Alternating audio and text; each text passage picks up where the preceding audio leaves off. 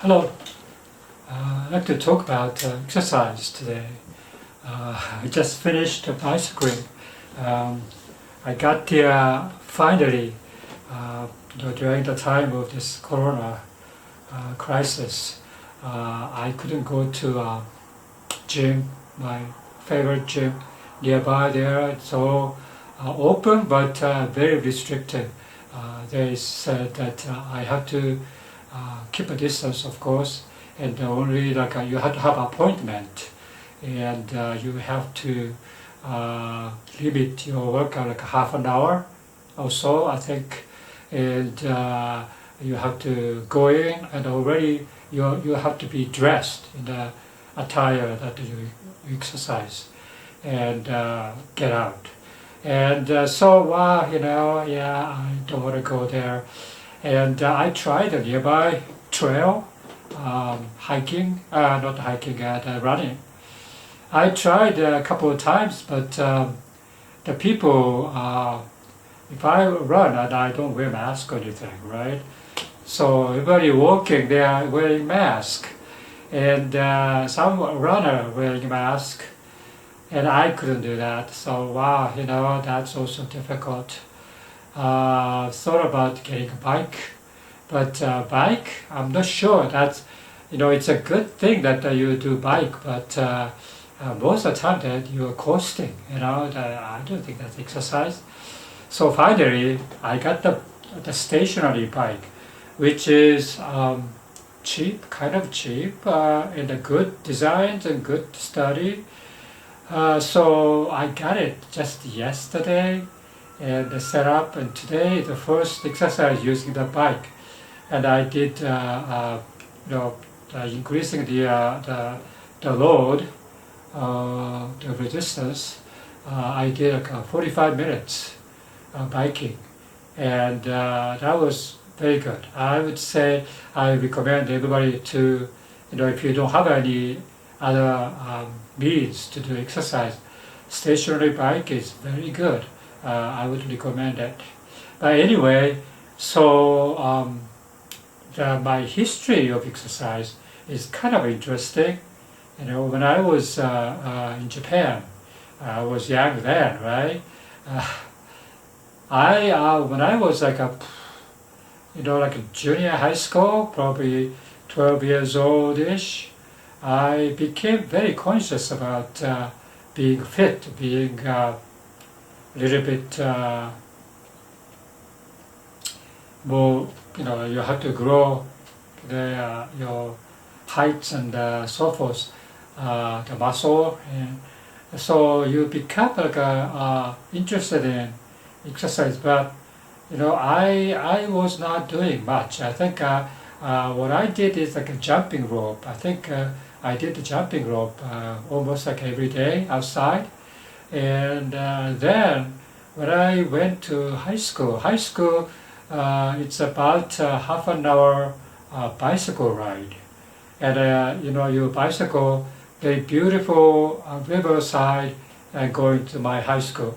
And that was, I didn't think of it. Other people taking a bus or the motorbike to go to school. But I used the the bicycle because I felt like I don't want to get into the accidents, or I don't want to spend money for bus fare. So I did a bicycle without knowing that was a very good exercise means, and so I did that. Then I got into college, no exercise, or I'm not exaggerating. Oh gosh, I never exercised during the whole time. But I graduated and went to work, and then I started to do tennis. Tennis at the time, 1970s, was very, very popular in Japan and very fashionable. You know, you wear all the white attire, shirts and pants and socks and the shoes. Everything's white, and even the hat is white, and it was like a very cool thing to do that. And I was doing that, and I never took lessons or anything. I started doing this, and I formed work group of tennis group or something, and everybody like a novice, and they started to do the same time, and I couldn't catch up with them because I was very avid tennis practice. I did, but I think because of my eyesight is kind of bad. I couldn't progress. My form is bad. I couldn't catch. I couldn't hit, and I miss all the time. So after a while, I gave up. But then I came to the U.S. last couple of years. Of course, I didn't have any chance to do exercise, even though the university I went to has what I heard is a very nice gym, and some people ask, "Oh, Kaz, do you want to go to the gym and do exercise?" And, "Oh no, I'm busy. I have to do this study or whatever, prepare for the test," and so I didn't do anything. But when I went to the that was my master's, and I went to the different school for the higher degrees, PhD, and then I realized that I have to do exercise. So I started to do running, and I did running at least 3 or 4 times a week, and then I felt good, but sooner or later I got this condition with a groin muscle pull. I couldn't even walk. I couldn't run, of course, and that was so frustrating. I couldn't do any exercise, and my walk, I suffered. Wow! So this is the time I should take up swimming. Well, swimming, when I was small, like I was like 7 years old, 8 years old, I go to the local spot in the river. I swam because all the other kids are swimming, and it's like rapid water flow there, and people go from one side to the other side of the river. You swim across and then come back and so forth. And I was, of course, as a kid, by peer pressure, I was doing that. Then, and one time I tried to reach to the other side, the rock. The river is deep, therefore I couldn't, reach the bottom without diving or whatever. But anyway, so I was swimming, and I didn't know how to swim. But if you do paddle, you can reach to the other side, and you reach to the top of the rock that I can stand on. But when I tried to do that one time, I couldn't reach the rock. Then I almost drowned. I started to sink, and I kind of gulped the water, and I said, "Help, help," and nobody helped me. And I felt like I panicked, of course. And I was in a struggle, and finally I think somehow I reached the other side, and that was like a eye-opening experience for me that, I couldn't swim. But after that, I stopped going swimming, right? Okay, so until I came to the United States and I started to do this swimming. I took up swimming because of the growing muscle pull. I went to this swimming lessons, and this particular coach, which was a big fat lady, but she taught me how to not to get afraid of deep end or deep water. She taught me how to do a survival float, which is like you bend your knees like this, and your head is underneath the water, and then you do like this, and then stay under the water, and like exhale, and then when you inhale, you come up, and then inhale, and then you come a floating position. And of course, your body, all the body head is included inside the water, in the water. You float, naturally float. And so I learned how to do that, survival float. And then you kind of a standing position, you treading water. And I learned that in 1 hour. That was a tremendous experience. Before that, I was afraid of even swimming pool, deep end. I would never go there. And, not, river or ocean swimming, I was afraid. But after that, I got kind of a confidence and I started to take a lesson how to swim and so forth. Swimming exercise is a very good thing, and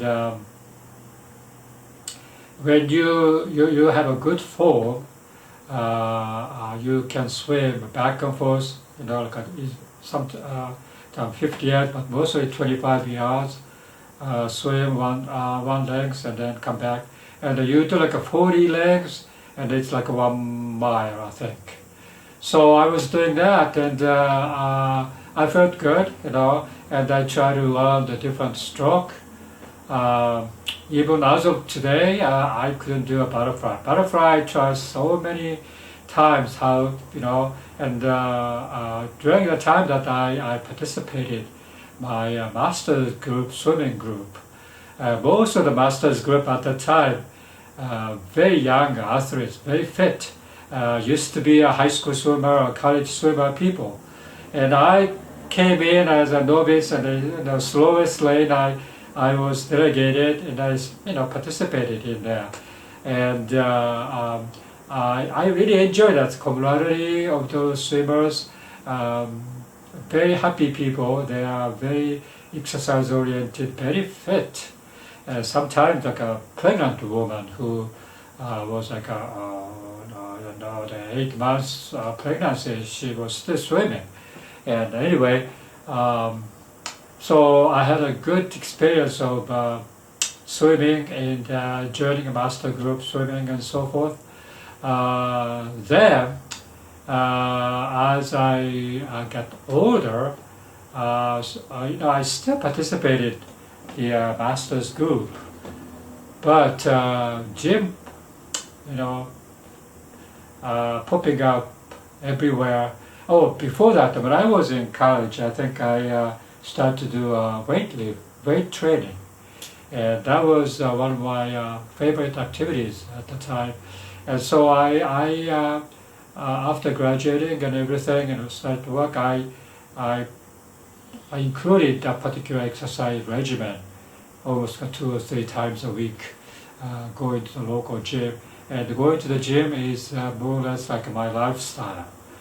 And I felt like I was fit, very much so. And but during that time, like I got older, I think it's some various reason, and I took off for some trip or something and come back, and I never went back to the swimming practice after that. Oh, I had a cataract surgery not a while ago. That if you do a cataract surgery, you are prevented to do any exercise, including swimming or running. So almost like 10 months, and I couldn't do any exercise. So during the period that I couldn't do any exercise, and but other than that, I kept on going. And before this coronavirus things, I think I was exercising in the local gym, and the gym today, very good, very cheap to participate, and equipment is very good, and the mood of looking at all the fit people exercising, you are encouraged to do the same, and that was a very good thing. And I really enjoy that, and I really even enjoy sauna and the hot tub after the exercise. Very good. Then this corona hit. All the gyms are closed, just like I said. All the running is like very uncomfortable to do. and so I didn't do for a long time exercise, and I felt like my body, yeah, well, I'm an old person, and of course when you're old, this decrease of your fit feeling is tremendously went down. It's very, very bad. But still, I don't know how to come back and so forth. Once in a while I go walk, and once in a while I go jogging, but still, that's not enough. So I have been monitoring or watching the YouTube video how to prevent Alzheimer's, for example. I very keen, be aware that I have to prevent that to happen to me, and so I try to exercise and so forth. They said exercise is the best thing. Sleep is the other factor. Exercise and sleep, and the other thing is like a diabetic condition. It's very bad, so you have to cut down some type of carbohydrates, right? Okay, so I try to do that, and yeah, that's where I am now. I'm 72 years old, and well, I don't know how many years I can live, but what I understand is when you get to the age where you cannot do exercise, or you cannot do activities, or you cannot mostly you cannot do anything much when you get Alzheimer's disease. Alzheimer's disease, the rate of Alzheimer's increase as you ages, and that's regardless of genetic or whatever. The chance is more and more, and many people get Alzheimer's. So I have been, I know some of the people who got Alzheimer's. And they look happy. They because caretakers are always there, and they look happy. They are fine. I think that's fine. So think about it. Even though you are Alzheimer's, you live like 100 years old. Yeah, I think even then, I think it's okay. It's somebody else, regardless, was helping you, and your mind is gone. I think many people say, "Well, the mind is gone. It's what's good about it?" But still, I see it's good to live.